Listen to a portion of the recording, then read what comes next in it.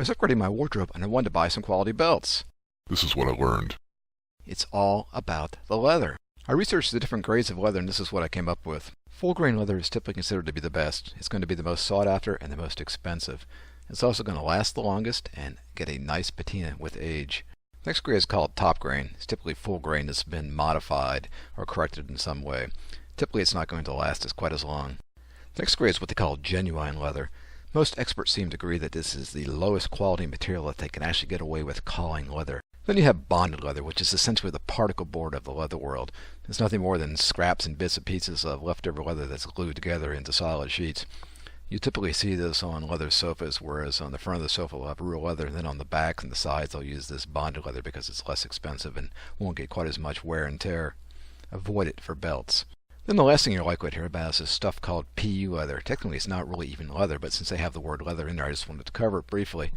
It's nothing but total synthetic junk. You do not want to use this under any circumstances, especially for a belt. It's going to get a lot of wear and tear. It's going to fall apart on you.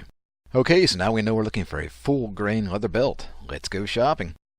So when I'm thinking about good quality leather products like shoes and belts and briefcases, I think of Allen Edmonds.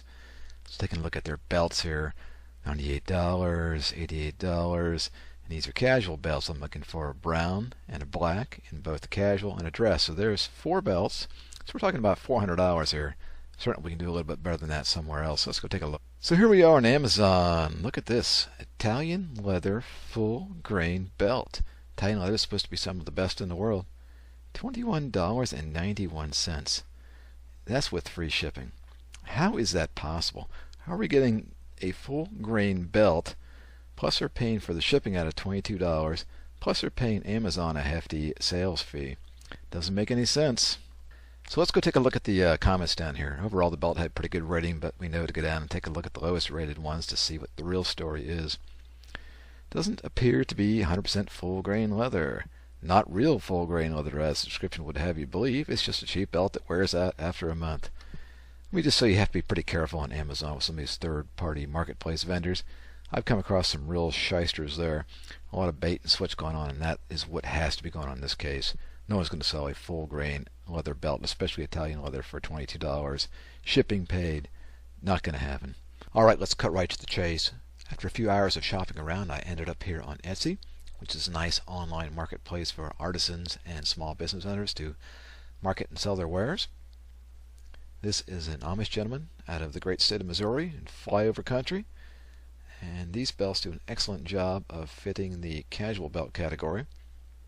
I opted for the 1 1/4 inch belt, so it set me back $29.50 plus $7.50 for shipping.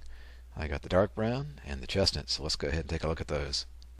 Okay, so here's the black belt. This is a 1 1/4 inch width. The buckle is a stainless steel, which is nice. You can see it has a stitching here. It's purely decorative. He says it's nylon stitching. It's decorative because this is a single piece of full grain leather. It's not layered, cheaper pieces of leather or veneered where you have thin pieces of real leather on the top and God knows what in between. The belt has 5 holes, which is a classic design. In an ideal world, you're going to hook on the center hole here, in which case you'll have just enough hanging over the end to make it look attractive. A lot of guys wear it with it's way too long, and it's not really appropriate for good style. Here in the back, he stamps the size for you. Also puts his name there, which is nice. Out of Ethel, Missouri. Flyover country. This is cool too. These are snaps. If you want to change out the buckle, go with something different, it's very easily done. So when you order from this gentleman, just be careful. Make sure you read the directions. He wants your actual waist size, your pant size, and what he does then is add 2 inches to that, which is the typical way people size belts. Now the problem is a lot of times pants have what they call vanity sizes. For example, I'm wearing a pair of what they call 32-inch pants in the waist, but when you measure them, they're actually 34s. So if I told this guy I wanted a 32 belt, I'd get a 34 from him, and it would be too short. So probably the best thing to do is take one of your belts that fits you, and I can show you how to measure it appropriately. Okay, so here's the best way to find out what belt size you really need. Go get one of your belts that fits you. You want to measure from the very end of the leather here, not the end of the buckle, but the very end of the leather. And then going down to the other end, and basically measure the distance to the hole that you use. In this case, it's the middle hole in this belt, which is 36 inch. So this is a 36 inch belt. So when you order from this particular gentleman, you tell him you have a 34 inch pants. Now just be aware that most people, when you order a belt from them, they want you to actually specify the belt size you want. I guess one thing that really needs to be pointed out here about this belt, probably the only thing I'd come close to a complaint is, with the buckle, first of all, the buckle length is very short. And with the buckle being so thick and the leather being so thick here, when it's on your pant, you're going to have quite a gap here from where your waist is to the front of the belt. It really doesn't bother me, but you should be aware of it. I mean, we're talking almost an inch there. Now here's a commercial belt, came out of pennies. It's not even real leather, it's all synthetic, but you can see the length of the buckle is much longer. And it's much thinner here, so it fits a lot flatter. So when it's fitting against your waist, it's not going to protrude or stand out quite nearly as much as this other one. But it really doesn't bother me. It's a pretty good looking belt, and I'm happy with it.